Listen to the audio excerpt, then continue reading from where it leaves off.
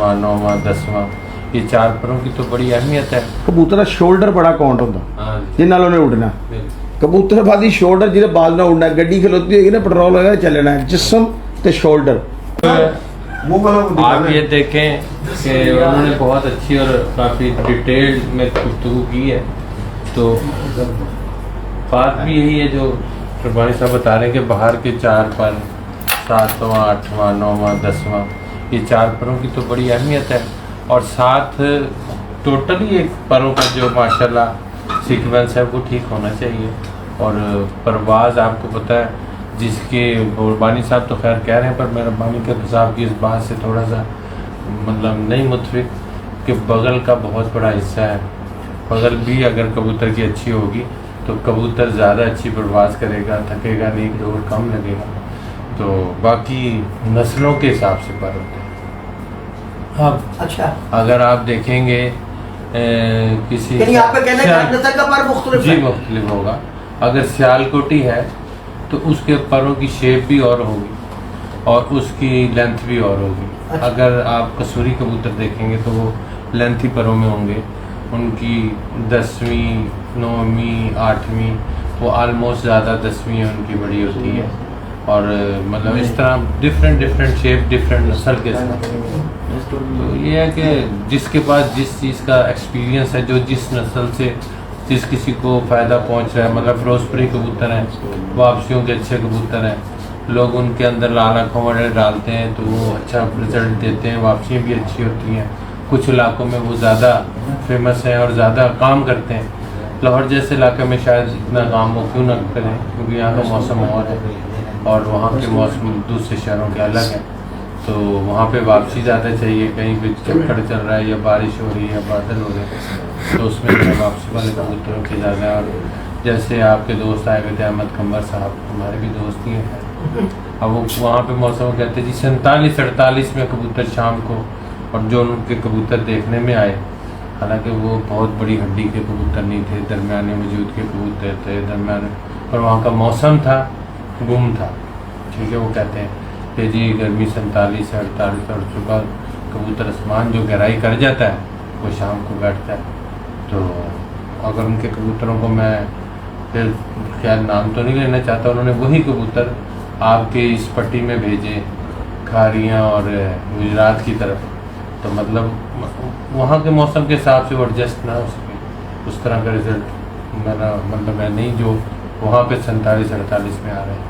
तो ये है कि आपको अपने इलाके के हिसाब से भी थोड़ा सा कबूतर को बनाना पड़ता यहाँ पे कहना इलाकाई वाइज कबूतर को डालना पड़ता है, थोड़ा बनाना पड़ता है, यानी हर एक को अपने इलाके के वाइज कबूतर को थोड़ा एडजस्ट करना पड़ता सा मेंटेन करना पड़ता है, बनाना पड़ता है, फिर उसका रिजल्ट बेहतर आता है। और मैं क्या समझता हूँ कि कबूतरबाजी भी इसी चीज़ का नाम है, सिर्फ मक्खी पे मक्खी मारना नहीं है। आपको अपने इलाके के हिसाब से, अब अगर आप कराची में जाते हैं आप देखते हैं वहाँ का सुबह समुद्री हवा बड़ी तेज़ है, तो वहाँ के हम दोपहर को कुछ और मौसम है, शाम को और, तो वहाँ के आप कबूतर देखेंगे तो उनमें फ़र्क नज़र आएगा आपको। उन्होंने जो बनाए हैं कबूतर वो उस मौसम के हिसाब से बनाए, जो सुबह उठते हैं और फिर हवा से लड़ झगड़ के आसमान जाते हैं, तो वो थोड़ा सा समझदार खिलाड़ी जो है वो अपने इलाके के हिसाब से भी बनाता है कबूतर।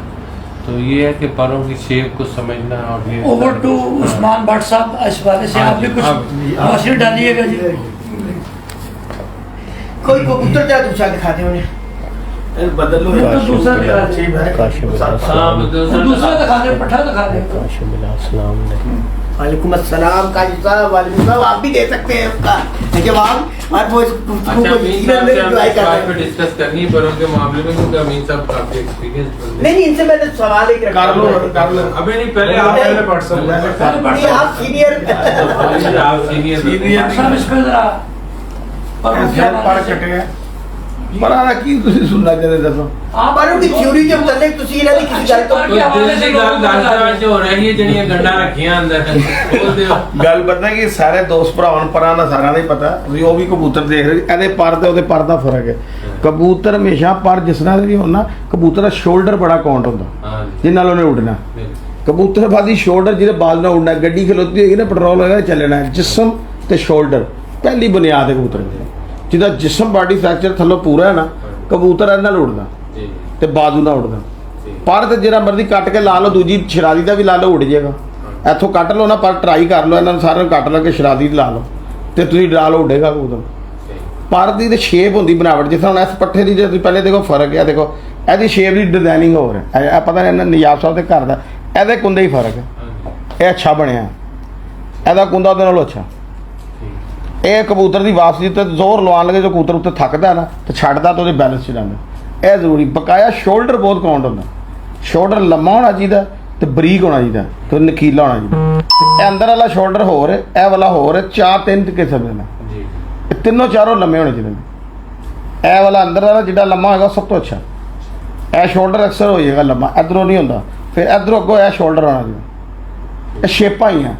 ਕਬੂਤਰ ਇਹਨਾਂ ਦਾ ਸਮਾਨ ਕੁੰਦਾ ਮਾਰ ਕੇ ਬਜਾਂਦਾ, ਲੋਕੀ ਪਰਾਂ ਹੀ ਲੱਗੇ ਨੇ। ਪਰ ਤੇ ਹੁਣ ਬੱਚਿਆਂ ਬੁੱਚਿਆਂ ਦੜਬੀਆਂ 'ਚ ਵੀ ਪਤਾ ਲੋਕਾਂ ਨੂੰ, ਪਰਾਂ ਨੂੰ ਛੱਡ ਦਿਓ, ਅਗਲੀ ਗੇਮ ਦੇ ਚੱਲੋ। ਥੱਲੋਂ ਜਿਸਮ ਵੀ ਡਾਈ ਜੋੜ ਬੈਲੈਂਸ ਥੱਲੜਾ ਹੁੰਦਾ, ਖਲੋਣਾ ਦੇ ਨਾਲ। ਪਾਣੀ ਇੱਧਰ ਭਰਿਆ, ਪੈਟਰੋਲ ਦੇ ਟੈਂਕ ਹੈ ਲੱਗੇ ਨੇ ਥੱਲੇ, ਦਿਨ ਉੱਤੇ ਉਹਨੂੰ 12, 14, 18 ਘੰਟੇ ਖਿਲਾਰਨਾ। ਬਕਾਇਆ ਅੱਗੇ ਆਹਿਸਤਾ ਦਾ ਸਾਰੇ ਦੋਸਤ ਬੈਠੇ, ਥੋੜਾ ਥੋੜਾ ਦੱਸੀ ਜਾਓ, ਕਾਫੀ ਚਲਾ ਜਾਏਗਾ ਅੱਗੇ ਤੱਕ। ਬਕਾਇਆ ਮੀਨ ਸਾਹਿਬ ਨੇ ਮਾਸ਼ਾਅੱਲਾ ਦੱਸਦੇ ਨੇ, तरह रोशनी पाओ इधर हो कबूतर अंदर छाड़ लो, मीन साहब तो आप साहब ने पूछा। भाई गुफ्तगू में आपको देखा 3 पॉइंट्स आ गए जी जी। एक रब्बानी साहब ने बड़ा मुफस्सल गुफ्तगू की, और वो क्या होता, फिर आपके उस्ताद मोहतरम ने, और उन्होंने कहा कि नहीं बगल का किरदार है। और भट्ट साहब की तरफ चले गए तो उन्होंने कहा कि जी असल चीज़ शोल्डर्स हैं, और जब तक जिसम होना उसका जिसम है। अब 3 थ्योरीज हमारे सामने आ चुकी हैं, आप इनमें से किसको प्रेफर कर रहे हैं, या आप समझते हैं कि इसमें कुछ और भी? अच्छा देखिए, ऐसा है कि उस्ताद जी जैसे नायाब किस्म के, नाम के ही नहीं वैसे भी शख्सियत में भी नायाब है माशाल्लाह। जहाँ उनकी थ्योरी आ जाए वहाँ पे मुझे अपनी थ्योरी पेश करना कुछ अजीब सा लगता है, लेकिन अपना अपना एक्सपीरियंस है। रब्बानी साहब ने जैसे कहा था कि पर जो उनसे हैं चारों दिखाने चाहिए, वो वाकई में उनकी भी बात सही है कि बाहर के 4 काट दो, अंदर के परों से नहीं उड़ सकेगा जानवर उस हिसाब से।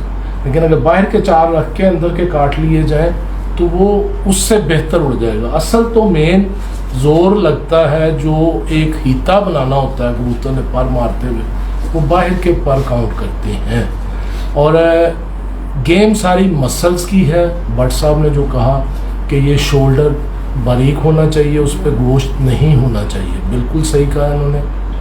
ये पर तो हर किसी के, अब देखें जैसे कि चील का है 4 पर, वो उसके बाहर के बिल्कुल अलग अलग होते हैं। रब्बानी साहब कह रहे थे अलग अलग होंगे तो हवा निकल जाती है, बुलंदी नहीं कर सकते। गिद्ध और चील मेरा ख्याल है सबसे ज़्यादा बुलंदी यही दोनों जानवर करते हैं। बाज हो गया, इनके पर देखें बाहर के बिल्कुल गैप होगा। बेसिकली पर मारते हुए कबूतर एक हीता घेरता है, जैसे पेंडुलम होता है ना, वो जितना मूव करेगा उस हिसाब से ये हवा निकलना, उसने हवा नहीं निकलेगी वो छाते का।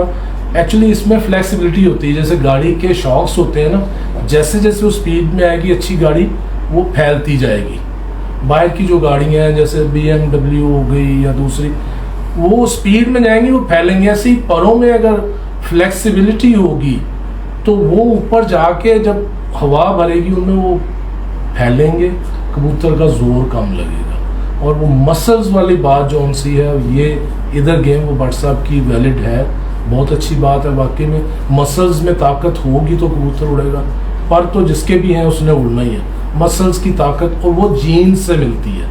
मसलन एक रेसलर का बेटा है तो वो चाहे काठी में कमज़ोर पला है, लेकिन उसमें रेसलर्स की खूबियाँ उसके खून में आ गई हैं। वो खुद नामवर पहलवान नहीं बन सका, उसकी औलाद में से कोई बन जाएगा क्योंकि वो उसकी जीन्स में आ गई है। जीन्स जौन सी हैं वो मसल्स की मजबूती शो करती हैं, ये भी मैटर करता है। बाकी कोई जवाद सियाल साहब की तरफ, हाँ जी, सियाल साहब जवाद सियाल साहब ये अपना